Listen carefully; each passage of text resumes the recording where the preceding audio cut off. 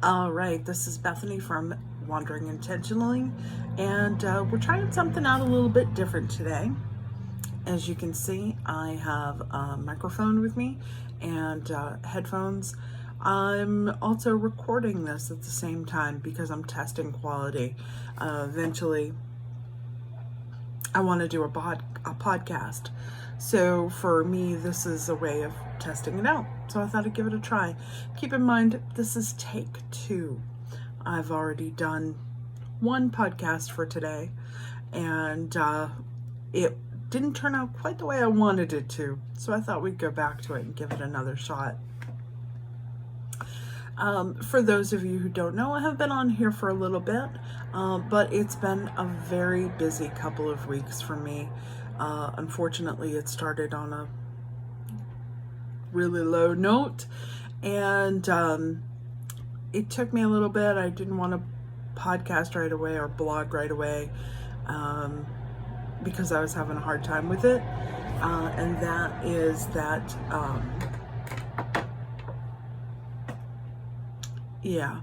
my dog died. Whiskey got really ill, and within 24 hours he was gone. He just lost control of his functions, and we said goodbye and took care of him. He was he had had an incredible life. He actually came from Alabama. He was a rescue dog that we got. He was supposed to be for my son, and it ended up that he was mine because I did not know in the amount of research until a friend of mine told me that border collies in general, tend to be a one-person dog. They see one person as their person, their pack leader, their whatever it is, and will focus on that one person. And he became mine. And so for the last year, he and I spent every day together.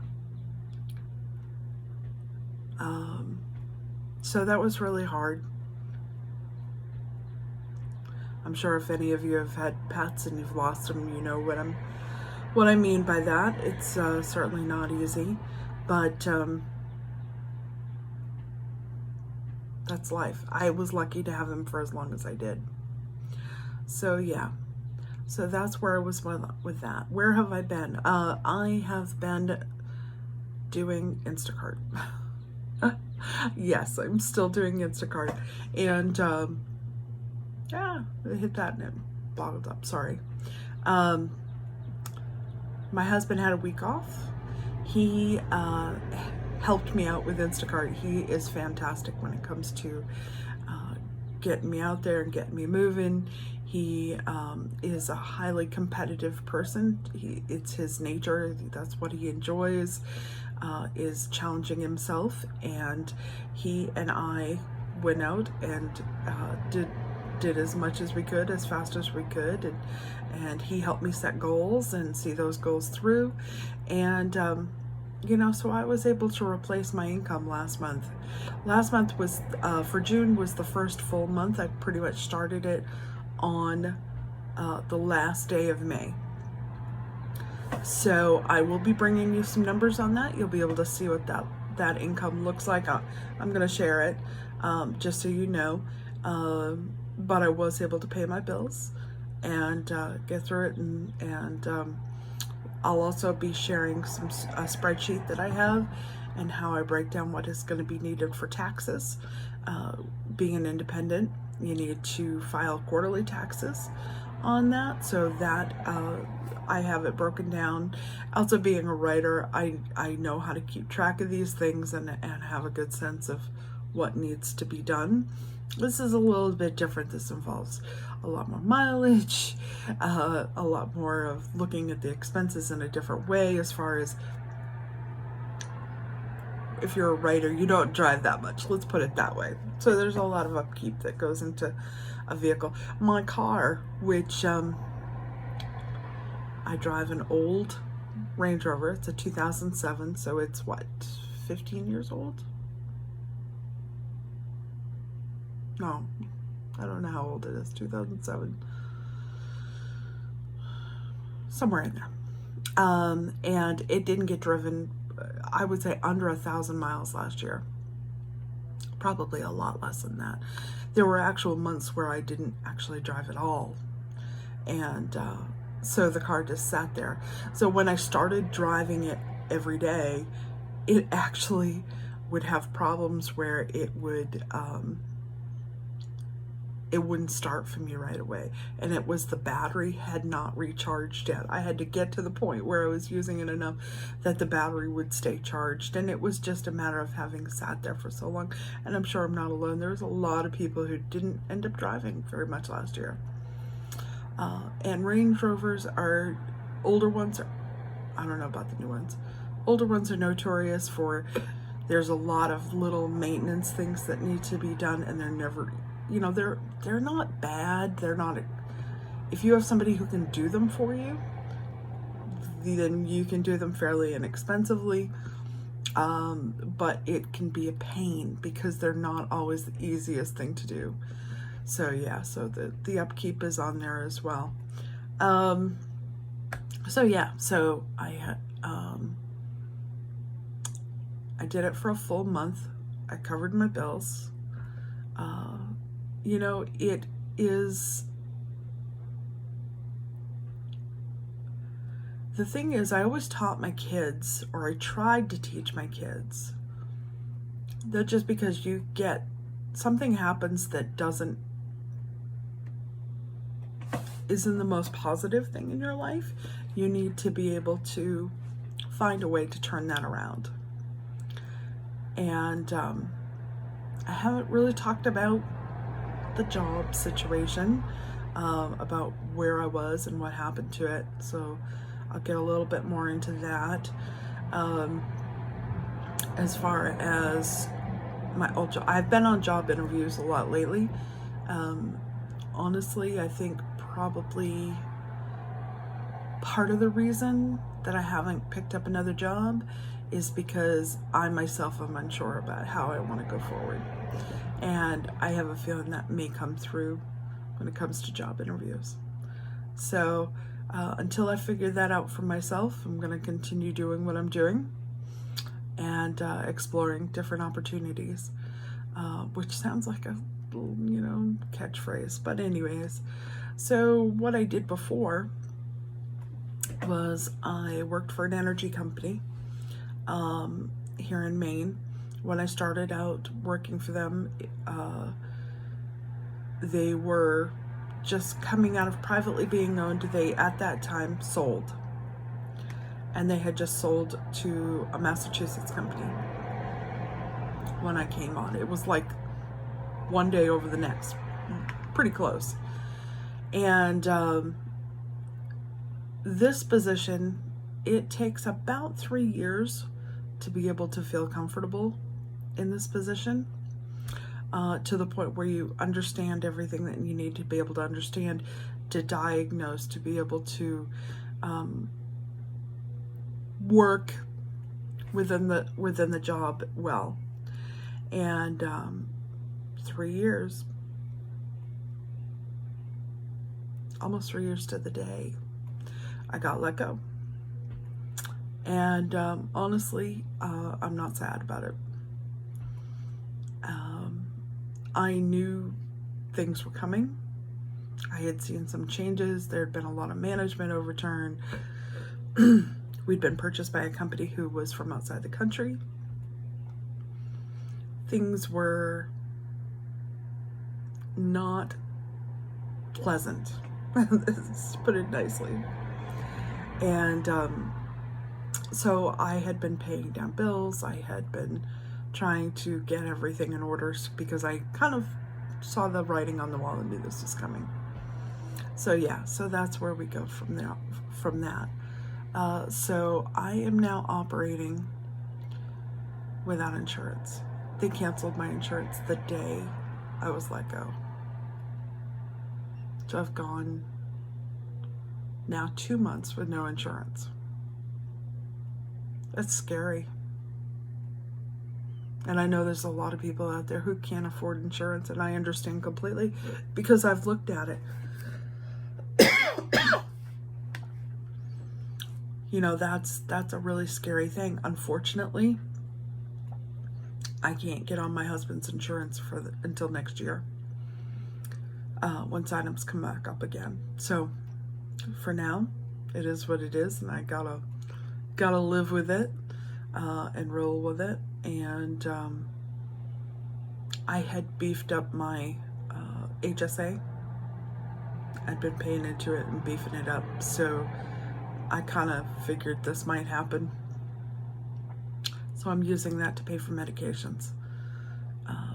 And my local pharmacy has been really good about finding ways to meet those, you know, to make it less.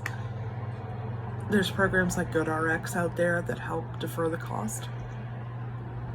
So that is helpful. But for us, you know, this is sort of a precursor. What happens when we get out on the road? What happens when we're out there and we need insurance? So, you know, not even counting anything catastrophic, just medications, the cost could be potentially staggering. You know, that's where it is. And we're not eligible for programs until let's see, I think we have another 6 years, something like that, before we're eligible for any help on that. So there is that. For those of you who are going out to travel and want to do this full time, do the RV thing full time, health insurance is probably your biggest hurdle that you're going to face, other than trying to find a spot in a campground right now. You know, we're going to turn this around. We'll talk about the lack of camping space right now, because there is a big lack of camping space. This boom that you've seen in the industry is humongous, and it has not only affected sales of RVs, resale of RVs, and every other part of the industry, but it has most definitely affected the availability of sites for campsites. When we're talking about resale, we'll hit on this real quick. My husband's boss has an RV. It was a travel trailer, nice one. He rented it out for the last 2 or 3 years and made a fairly good turnaround on that, just renting out the RV. He would tow it to a campground for a customer, set it up for them, and then he would come back and get it at the end of the week. And he was doing really well with that, but he decided that he'd had enough with that and really wanted to get rid of his RV. He put it up on Craigslist, and within an hour he had someone who was interested and wanted to come get it from Vermont. So that's how quickly things are selling. Now his was very well kept, maintained. He's, you know, serviced, all of those things. It was well taken care of. That being said, there's a lot of people out there who are paying big dollars for brand new campers that are coming off the line, that have been rushed through production, that may not have all of the parts that are needed because they are unavailable, and they are paying an inflated price on these RVs because of demand. Like the housing market could potentially be upside down on their RVs. And that's a really scary thought. You know, it's like buying a house. If you're buying a house and you know, at this point, houses in this area are going for huge amounts. If you're selling, that's fantastic. If you're buying, it's not so good, because when that market drops, it will go down. It won't go down as far as it was before, but it will go down. And that means that when you've bought it at an inflated price, your house value is going to drop. You're going to be upside down on that. And that's a really scary place for a lot of people. A lot of people did this. You know, this is why a lot of people who bought McMansions, you know, around 2000, they were buying them like crazy. People ended up losing their shirts on it, and they ended up being upside down in their houses and owing much more than their houses were worth. And so when you see this retreat to RVs, you see a lot of people saying, I'm going to sell it all and get on the road. Or if you see people buying tiny houses, building tiny houses, a lot of those people were directly affected by that drop in housing value. A lot of what we're seeing in the RV industry right now has to do with people who have been spent the last year in a constricted space, constricted environment. And so they are looking for a way to get out there and change that. And honestly, I completely understand. Husband and I are headed off to a campground this weekend. We are headed to the western border of Maine, to a place called Stony Creek Recreation. It is between Rumford and, I want to say Rumford and Belfast, which is a really pretty area, very rural, near Sunday River ski area for those of you who ski.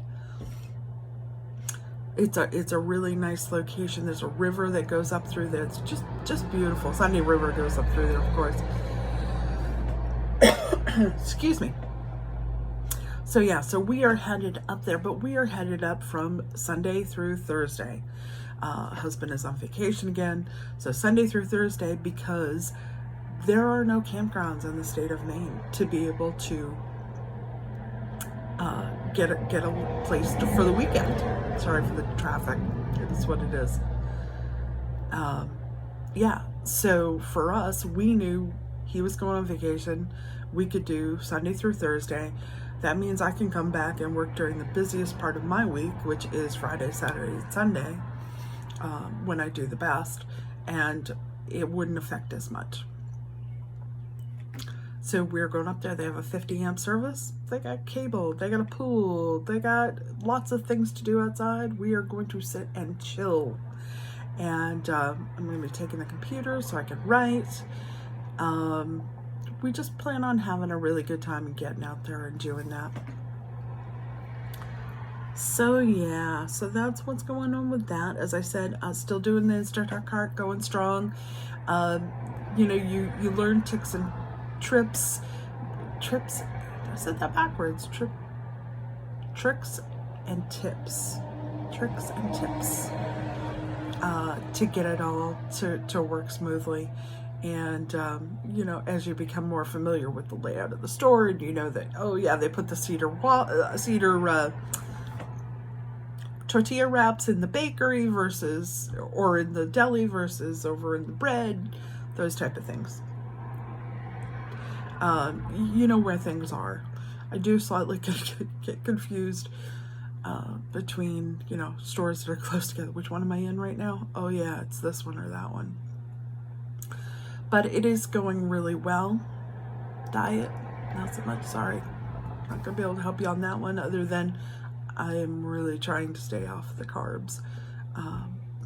But again, it is what it is for me right now.